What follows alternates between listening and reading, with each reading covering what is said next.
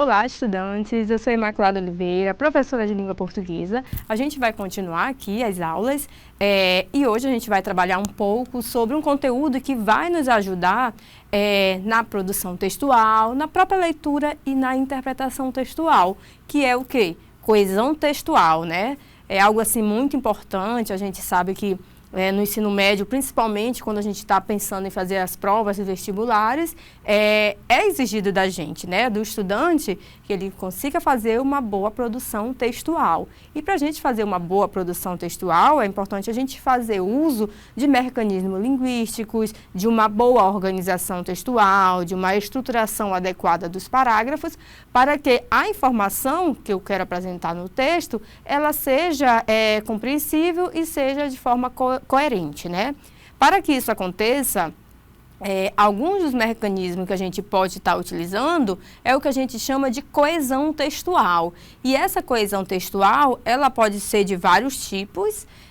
Há vários elementos que nos ajudam e contribuem para que essa coesão textual aconteça. E para esta aula, os mecanismos que a gente vai trabalhar referente a esse aspecto de coesão textual é a coesão textual do tipo sequencial e do tipo referencial, né? E a gente vai entender um pouquinho, né, o que consiste cada um desse tipo, né, de coesão textual e como que a gente pode estar trabalhando, né, na nossa produção textual para contemplar esses elementos e a gente garantir a coesão textual. Para a gente compreender um pouco mais, primeiramente é importante entender, quando eu falo de coesão textual, o que é coesão textual, né? É algo que está o quê? Coeso, que está adequado, que seja fácil de ser entendido, que não há redundância, não há contradição. Eu apresento uma informação e as partes estão muito bem relacionadas. Isso contribui para o que a gente chama de coesão textual. Para ficar um pouco mais claro e objetivo, eu trouxe aqui para vocês uma definição, mas essa coesão textual está relacionada a esse ligamento, né? A forma como eu estabeleço a relação entre as partes do texto. A gente sabe que nos textos de vestibulares, principalmente texto dissertativo e argumentativo, a gente tem essa questão do texto em prosa, que ele é reorganizado em parágrafo, e esses parágrafos, eles apresentam várias informações e a gente vai ligando essas informações para que as informações estejam coerentes. E essa relação entre as informações que a gente vai apresentando no texto, elas precisam ser bem concatenadas, né? Elas precisam estar muito bem ligadas, organizadas. E aí que chega a questão da coesão textual, que é justamente o quê? Essa relação adequada, né? Que relação adequada é essa? Relação adequada entre as partes de um texto, proporcionada pelo uso de mecanismos linguísticos, né? Principalmente os elementos linguísticos, as próprias conjunções, os operadores argumentativos, esses elementos linguísticos que vão estar contribuindo para eu estar ligando uma parte em relação à outra no meu texto. E isso vai garantir que as ideias fluam de maneira clara e coerente, né? Quando a gente está trabalhando ali numa dissertação, que geralmente no parágrafo de conclusão, por exemplo, finalizei meu texto, inicio o parágrafo de conclusão com uma conjunção que vai sinalizar uma conclusão. Eu coloco portanto, medidas precisam ser realizadas. Quando eu uso esse conectivo portanto, aí já há uma sinalização daquilo que eu vou apresentar no meu parágrafo e essa relação, ela está coerente. Por quê? Eu apresentei todas as informações, argumentei, desenvolvi as ideias e no meu último parágrafo eu vou finalizar essas informações. Então, quando eu uso esse elemento linguístico, portanto, eu estou relacionando tudo aquilo que eu falei para finalizar, né? Fechar a ideia do meu texto. Então, aí, a relação entre as partes, né? A parte anterior e a parte final, que no caso seria o parágrafo conclusivo, isso está feito de forma adequada, né? Então, a principal função da coesão textual é tornar o texto compreensível, né? E bem estruturado. facilitando a leitura e a interpretação. Quando eu pego um texto, né, a gente vai fazer a leitura e as partes estão muito bem articuladas, isso contribui, inclusive, para o entendimento, né, da pessoa que está fazendo a leitura do meu texto, consegue ter uma compreensão melhor, né, sem ter redundância, sem ter contradição, referente às informações que eu estou apresentando no texto. Então, isso é algo assim bem importante e a gente precisa entender, saber utilizar os mecanismos linguísticos para a gente conseguir fazer uma produção textual contemplando, né, a coesão textual para o entendimento do texto.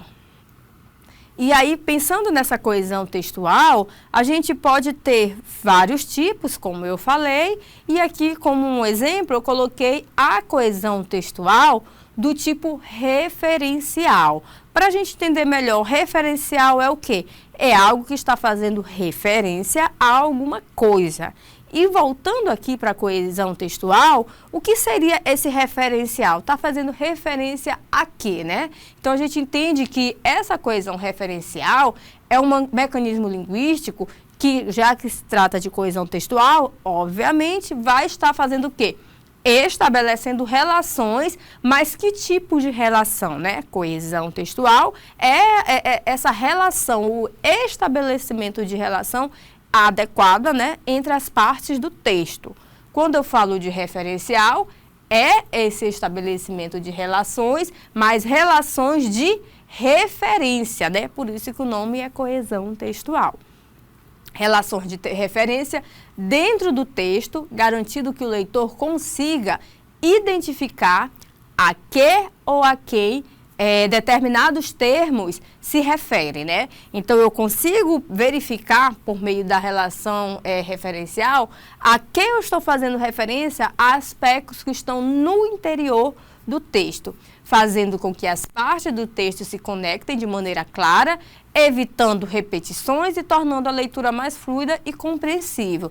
Então, quando eu uso um mecanismo de coesão referencial, eu olho para o texto e a que esse elemento referencial está se relacionando, está dentro do texto. Então, eu estou usando um elemento para me referir a alguma coisa que está dentro do texto. Por isso que eu chamo de coesão referencial. E a função principal aqui, quando eu falo de coesão referencial, é justamente evitar repetições excessivas. Eu coloco um exemplo: Maria foi ao mercado, ela comprou frutas. Então, eu vou verificar que eu não vou repetir, Maria foi ao mercado, Maria comprou frutas. Eu uso um elemento fazendo referência a algo que foi citado já no texto, né? Que no caso eu usei aqui o quê? O ela.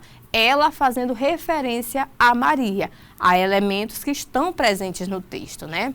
Por isso que eu coloco a elementos já mencionados ou que serão mencionados. Se eu estou construindo o texto e coloco, é preciso que a sociedade faça isto, : tenha consciência do uso adequado de água. Então, quando eu coloco esse isto, eu estou fazendo referência a alguma coisa, a informação que eu vou citar posteriormente. Mas tudo relacionado a referencial são informações que eu consigo localizar explicitamente no texto, né? E de que forma eu consigo fazer o uso desses elementos relacionados à coesão referencial? Geralmente a gente faz o quê? Uso de mecanismo de coesão referencial. Que mecanismos são esses, né? A gente tem vários mecanismos. Aqui eu vou citar como exemplo os pronomes. Por que eu utilizo o pronome, né? Às vezes, quando a gente está estudando ali enquanto uma categoria gramatical, a gente pode achar, mas para que isso é importante? Eu vou estar estudando esse monte de elemento, tá decorando para quê? Eles têm uma funcionalidade comunicativa. Eu preciso fazer uso deles porque eles são funcionais, né? Esses mecanismos. Não é só eu saber que tem uma listagem, ele, ela, este, esta, aquilo. Eles têm uma funcionalidade e isso é o que é mais importante, né? Mais importante do que eu decorar lá o que é pronome, um monte de listagem, é entender que eu faço uso. Às vezes a gente nem percebe, vocês fazem uso disso, né? Vocês muitas vezes podem, eu gosto disso é o quê? Isso está relacionado a um elemento que é uma categoria gramatical. Talvez o que a gente não saiba ou não preste muita atenção é o que denominar, é um substantivo. No caso do exemplo, é um pronome, mas isso é categoria gramatical. Então, o que a gente estuda, quando a gente estuda de forma separada, esses elementos, é no sentido de que isso é utilizado na língua, mas o que é mais importante é a sua funcionalidade. E a gente vai entender isso aqui. Quando eu coloco, por exemplo, aqui nesse trecho, vocês podem acompanhar aqui comigo. As florestas desempenham um papel crucial na regulação do clima global. Eu tenho uma informação. Quando eu coloco aqui ponto, né, e vou continuar ainda no mesmo parágrafo. Elas absorvem grandes quantidades de dióxido de carbono e ajudam a manter o equilíbrio ecológico. De que é que eu estou falando aqui? Das florestas, né? As florestas, o que é que elas fazem? Elas desempenham um papel crucial. Eu vou continuar a informação ainda falando das florestas. Aí o que é que eu vou fazer para não repetir as florestas? Eu vou usar um mecanismo de coesão referencial, que no caso é um pronome. Eu usei aqui, ó, elas. Quem é esse elas? As florestas. Se eu não tivesse utilizado esse mecanismo, eu poderia o quê? Ter repetido e o texto ia ficar repetitivo. Por quê? Porque eu colocaria as florestas desempenham, ponto. As florestas absorvem grandes quantidades. Vocês concordam comigo que isso não ia ficar fluida a leitura? Por quê? Eu ia estar tendo uma repetição de palavras. Quando eu posso, na língua portuguesa, fazer o uso de mecanismos linguísticos para evitar essa repetição. Então, aqui a gente percebe a funcionalidade dos pronomes. Não é só uma categoria gramatical que eu tenho que decorar. Eles são essenciais para estabelecerem a lógica entre as partes do texto. Então, aqui eu tenho o pronome fazendo referência a um termo que foi falado anteriormente.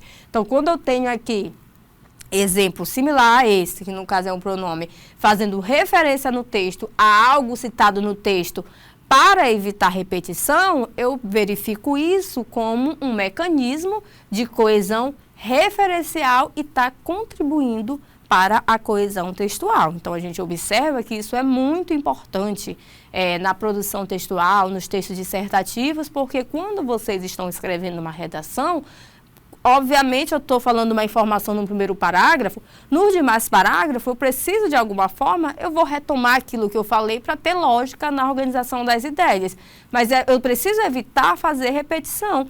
Para que isso aconteça, é essencial que eu conheça os mecanismos de coesão para poder trabalhar melhor o texto e evitar a repetição. E a coesão do tipo referencial é um tipo que pode ser utilizada nesse sentido para a gente contribuir para a coesão textual.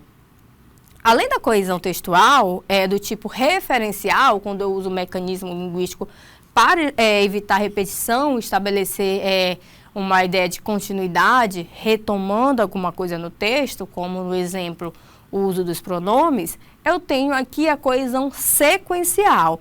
Eu sempre costumo falar que na língua portuguesa, as palavras são muito sugestivas, né? Se a coesão referencial eu utilizo para fazer referência a alguma coisa.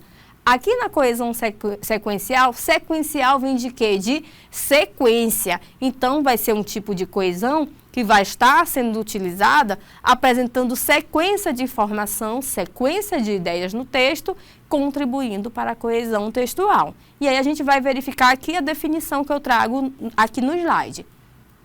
A coesão sequencial refere-se o quê? A organização das ideias no texto, né? Eu tenho a apresentação de informações e a ligação entre as partes dele, né? Aqui já está relacionada às informações, aos conteúdos apresentados. Eles precisam estar ordenados, organizados de forma coerente, seja por meio de conjunções, advérbios, pronomes, que ajudam a estabelecer a sequência correta entre as frases e os parágrafos, né? Então, a coesão sequencial, na verdade, quando a gente pensa, ela é um mecanismo que ela vai ajudar a manter a fluidez, né? E a continuidade de um texto, garantindo que as ideias se conectem de forma lógica e clara. Eu estou apresentando um problema e no parágrafo seguinte eu quero apresentar uma proposta de solução na conclusão. Essa proposta de solução, ela precisa estar relacionada ao problema que eu estou apresentando. Então, há uma sequência na ordenação e na apresentação das informações. Quando isso acontece, eu falo que eu estou diante da coesão sequencial, né? E aqui a gente usa mecanismo para isso. A gente usa as conjunções, a gente usa os advérbios. Lá na coesão referencial, a gente usa muito pronome para estar fazendo a referência. Aqui na conjunção, eu estou lá no meu desenvolvimento do texto dissertativo argumentativo e eu apresento uma informação e quero fazer alguma contra-argumentação ou fazer a apresentação se opondo à informação que eu falei anteriormente. Qual o mecanismo, né, que eu posso utilizar? Eu posso utilizar uma conjunção adversativa. A educação está cada vez melhorando na sociedade. No entanto, ainda precisamos de mais avanços. Então, esse no entanto sinaliza de alguma forma uma oposição à informação que eu falei anteriormente para aumentar, né, intensificar a força argumentativa. Eu posso utilizar os advérbios, né, antes, depois, agora. Medidas precisam ser feitas, né, agora. Então, eu estou enfatizando fazendo uso dos advérbios, né. Aqui eu coloquei como exemplo. O professor iniciou a aula com uma revisão dos conceitos básicos. Em seguida, essa expressão aqui em seguida, ela está dando uma sequência, né, sinalizando a informação que eu vou apresentar, que diz respeito ao ato posteriormente que o professor fez isso. Ele fez o quê? Iniciou a aula com uma revisão dos conceitos básicos. Em seguida, quem está recebendo a informação, se eu estou lendo, eu vou esperar o quê? Ele iniciou a aula e, em seguida, ele fez mais alguma coisa. Então, essa expressão em seguida, ela sinaliza a informação que eu vou falar. A pessoa que está lendo o texto já fica se preparando que a informação que vai ser falada é algo relacionado ao que o professor fez após iniciar a aula. Que foi o quê? Explicou a teoria mais avançada, apresentando exemplos práticos. Se vocês olharem, essa segunda informação, ela está muito diretamente relacionada à primeira e em relação do acontecimento é algo próximo. Ele iniciou a aula e logo em seguida a isso ele fez o quê? Explicou a teoria mais avançada. Por último, olha essa expressão, né? Ele abriu espaço para dúvidas e discussões entre alunos. A gente percebe o encadeamento entre as informações. Iniciou a aula, explicou e fez o quê? Abriu para dúvidas. Então, as informações estão apresentadas de formas coerentes, de forma sequencial. Se ele tivesse colocado, o professor abriu espaço para dúvidas, explicou a teoria e iniciou a aula, a gente ia ver que em relação às informações não estava tendo uma coerência, porque pela lógica, primeiro a gente dá a aula, faz o aprofundamento e depois a gente abre para dúvidas. Então, essa coesão sequencial diz respeito à ordem, à organização, até mesmo do próprio acontecimento referente ao que vai ser apresentado na informação. E aí, para a gente entender um pouquinho melhor, coloquei aqui uma questão só para a gente poder se situar um pouco sobre essa coesão, né? Seja do tipo referencial, seja do tipo sequencial. Há outros tipos de coesão, né? Que vai contribuir para a coesão textual, que a gente vai estar trabalhando em outros momentos. Aí a gente verifica aqui o texto, vocês podem pausar a aula, fazer a leitura, corrigir e depois vocês vão voltar aqui para conferir o gabarito. O aumento do consumo de alimentos ultraprocessados tem sido associado a diversos problemas de saúde, como obesidade e diabetes. No entanto, a conscientização da população sobre os riscos dessa alimentação ainda é insuficiente. Como consequência, a prevalência de doenças relacionadas à má alimentação continua crescendo. Sobre os conectivos utilizados, é correto afirmar que, no entanto, e aí vocês lembram, né? Os conectivos, eles podem estar sendo utilizados para estabelecer relação entre as partes do texto. Aqui o conectivo, no entanto, Não é que eu tenho que decorar os conectivos e os significados, eu preciso entender. Olhem aqui a ocorrência. O aumento dos alimentos processados tem sido associado a diversos problemas de saúde. No entanto, olha só a informação, a conscientização da população, né, ainda é insuficiente. Então, tem uma relação da informação de que o aumento desse alimento ultraprocessado, ele vem estar, de alguma forma, prejudicando a saúde, só que, por outro lado, o que é que a gente tem? A gente precisa da conscientização da população, que ainda é insuficiente. Então, qual foi o elemento linguístico utilizado para estabelecer essa relação de uma espécie de oposição? O conectivo, no entanto. Então, é isso que a pergunta está pedindo, né? O no entanto, letra A, estabelece uma relação de causa e efeito e, como consequência, sugere uma comparação. Aí vocês vão voltar no texto, verificar o efeito de sentido nesse contexto, né, de ocorrência. B, estabelece uma explicação e, como consequência, apresenta uma solução. C, expressa uma relação de tempo e, como consequência, estabelece uma condição.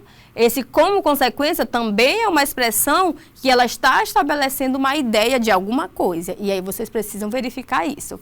Letra D, introduz uma oposição e, como consequência, indica uma relação de causa e efeito. Ou, letra E, indica uma relação temporal e, como consequência, expressa uma explicação. A gente vai verificar que esse no entanto e o como consequência, eles apresentam a ideia de que o no entanto introduz uma oposição e a expressão como consequência, nesse contexto, está indicando uma relação de causa e efeito. Espero que vocês tenham acertado o gabarito, né, dessa questão e a gente vai encerrar. Encontro vocês nas próximas aulas.